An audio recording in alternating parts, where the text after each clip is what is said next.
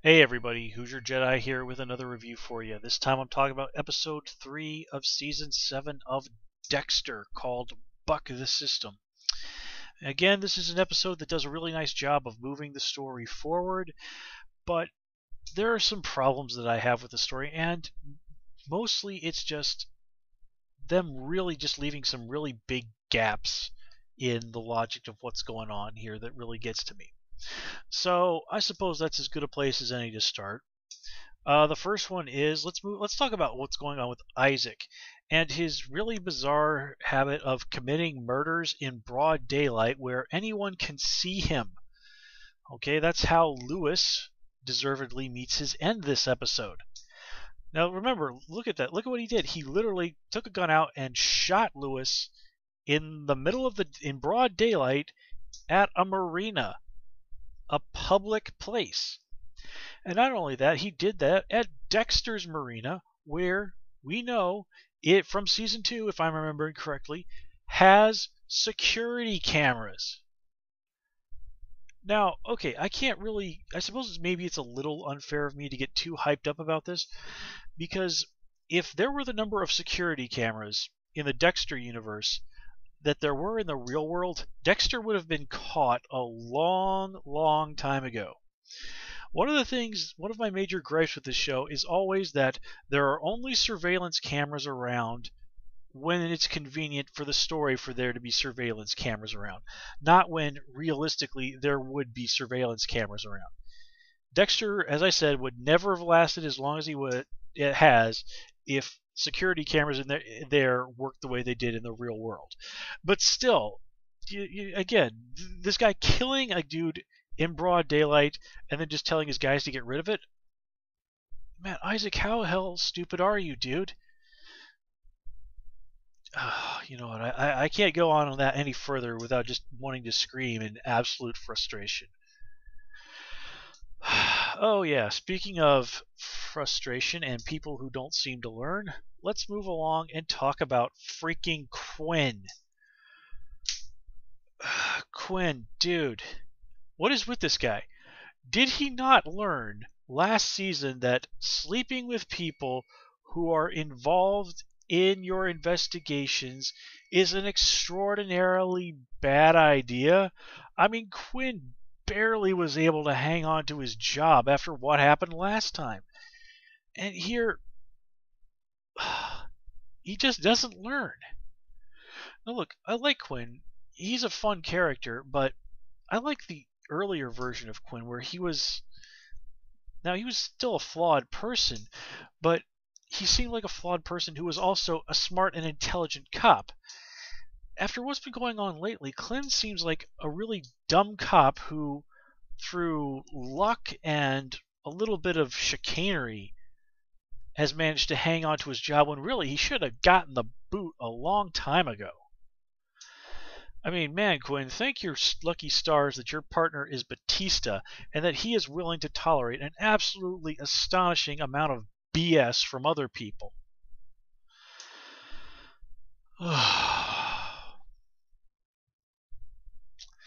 You know, I kind of had the feeling that this is going to be an exceptionally rough season on the folks at Miami Metro. I don't know why. I mean, granted, they never exactly have a sunshine and happy time down there, but I just have the feeling that this season is going to be particularly bad for the good folks at the police station. So anyway, let's move along and talk about our main theme for this episode, and it is about taking the law into your own hands when the law doesn't work. Now, Deb is really, for the most part of this episode, standing on the side of the system. She's giving all these reasons as to why Dexter shouldn't do what he does. And Dexter even points out, time and time again, where the law really got in the way of him, taking out somebody that they couldn't touch when the law screwed up. And that there were people out there who only got what they deserved because of what Dexter does. And of course, throughout most of this time, Deb isn't having any of it. She refuses to believe that there is any true value to what it is that Dexter does. But when Deb wants to push beyond the law, when she wants to go and get that search warrant based on what even she herself admits is extraordinarily flimsy evidence, she runs up against the system, the limits of the system. And it's interesting here that LaGuerta, as much as I might not like her character, is being perfectly logical and perfectly reasonable here. If they want to take the bad guy down legally, they can't go with what Deb has.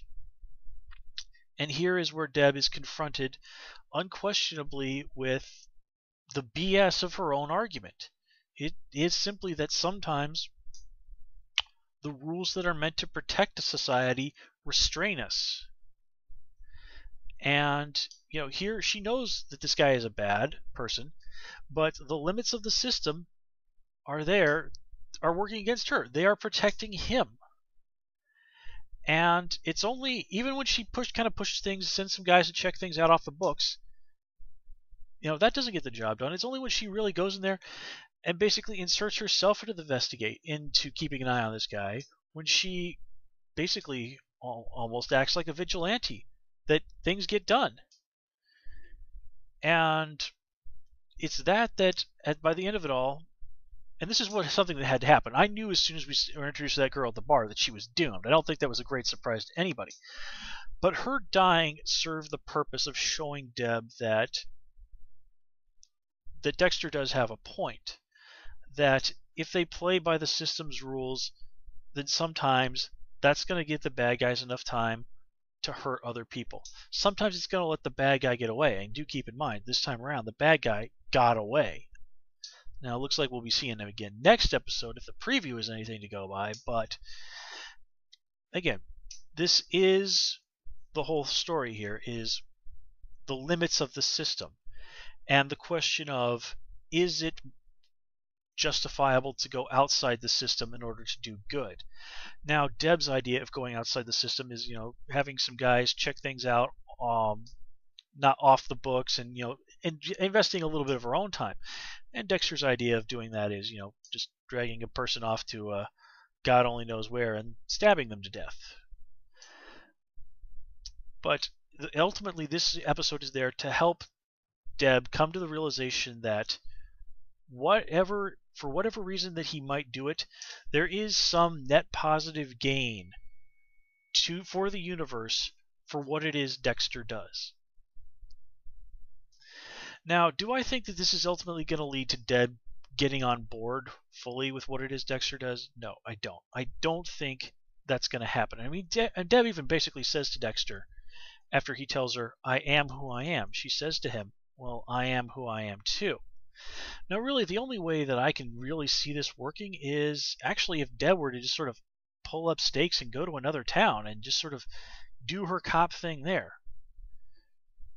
Sort of maybe not exactly wash her hands of Dexter, but more of a case of, I can't accept this and I can't be a part of it, but I can't end this either, because one, it would mean the end of her brother would be sent to prison, probably for life if he was lucky. If he was less lucky, he'd be executed.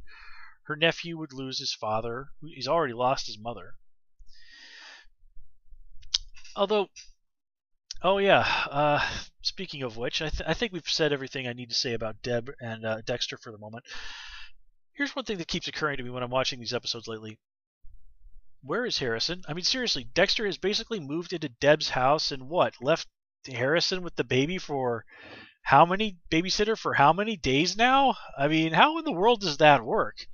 The babysitter has to sleep and go home and have her own life too. I mean, is there a second babysitter?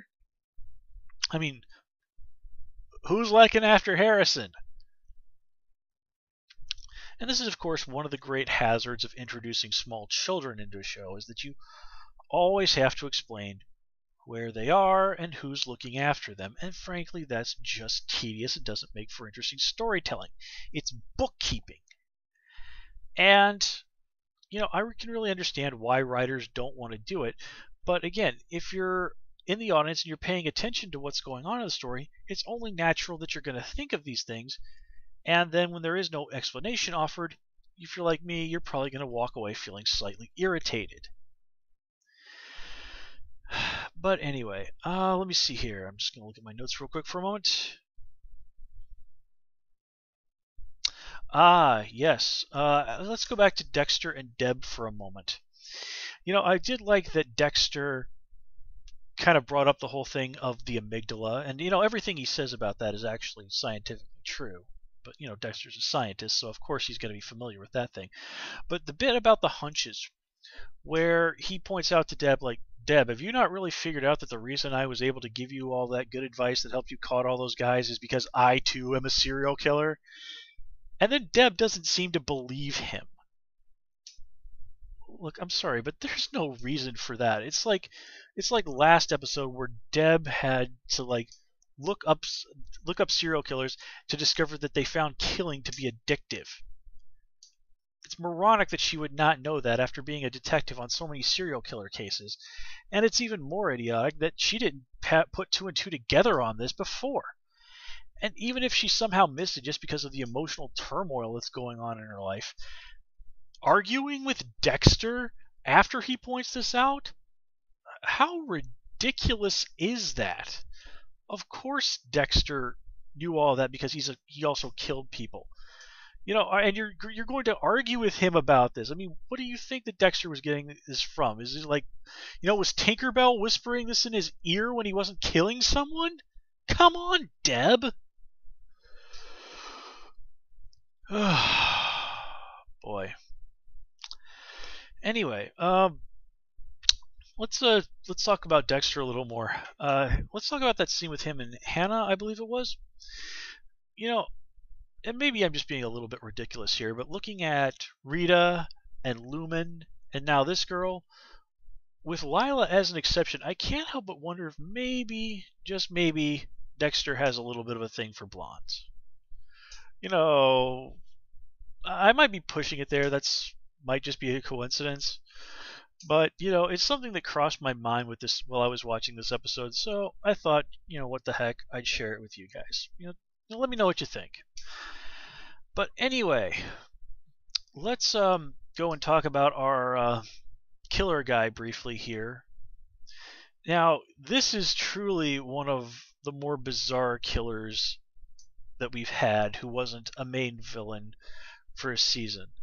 And I'm sure a lot of you guys probably figured out that with that crazy mask and the Viking helmet, which in real life Vikings never actually wore anything remotely like that.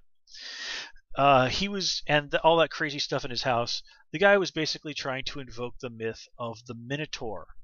And that's what he saw himself as. He saw himself as the Minotaur preying upon the people trapped in his maze. Which really kind of makes you wonder, is this the first time he's done that, or did he do this to the other two girls? I mean, if so, what the heck happened to the maze that he killed them in? Either this guy really stepped up his game with this third girl, or Miami Metro really, really dropped the ball on the previous two murders. Then again, Miami Metro dropping the ball is not exactly anything new. Although this time, at least, they don't have the excuse of there being a serial killer within their ranks sabotaging their investigation. But anyway, what I would like to point out, though, and this may have slipped some people, is remember that mausoleum?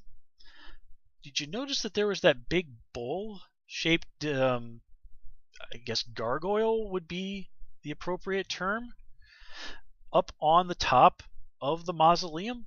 Now, they don't ever say it in episode, but almost certainly that's why our killer guy chose that as the little particular place to hide his little goodies and have his shrine to his previous murders.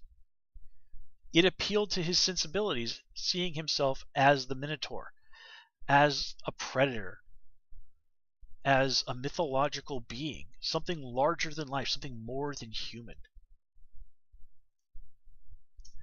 And just the fact that he even shaved his head before he would kill, that's in a way symbolic of him leaving his humanity behind, of becoming this bestial thing, this minotaur, this predator that preys on people. And I love that it's never explained. There's no psychologist, psychiatrist trotted out to tell this to us. It's all presented to us, and it's there for the intelligent viewer to pick up on if they're just paying attention and thinking about what's going on. And I love shows that do that, that treat me as an intelligent person who can understand symbolism, who doesn't need everything spelled out for me and wrapped up in a nice, pretty little package. So, glad to be rid of Lewis. One thing I will say about the way that they did Lewis this season, and overall as a character in general, is Lewis lasted exactly as long as he needed to as a character. As soon as they finished doing everything really that they could with his character, he was taken care. He was out of the show, and yeah, we're definitely never going to be seeing him again. And that's a good thing, folks. There are just far too many shows out there that keep characters around that don't really need to be around. And that's one thing I do like about Dexter, is that they know when to have everybody get off the stage. And with that, said, folks, can't talk tonight. I'm going to call this review here. As always, please comment, rate, and subscribe. You can, of course, follow me on Twitter @HoosierJedi. And until next time, take care and have a good one.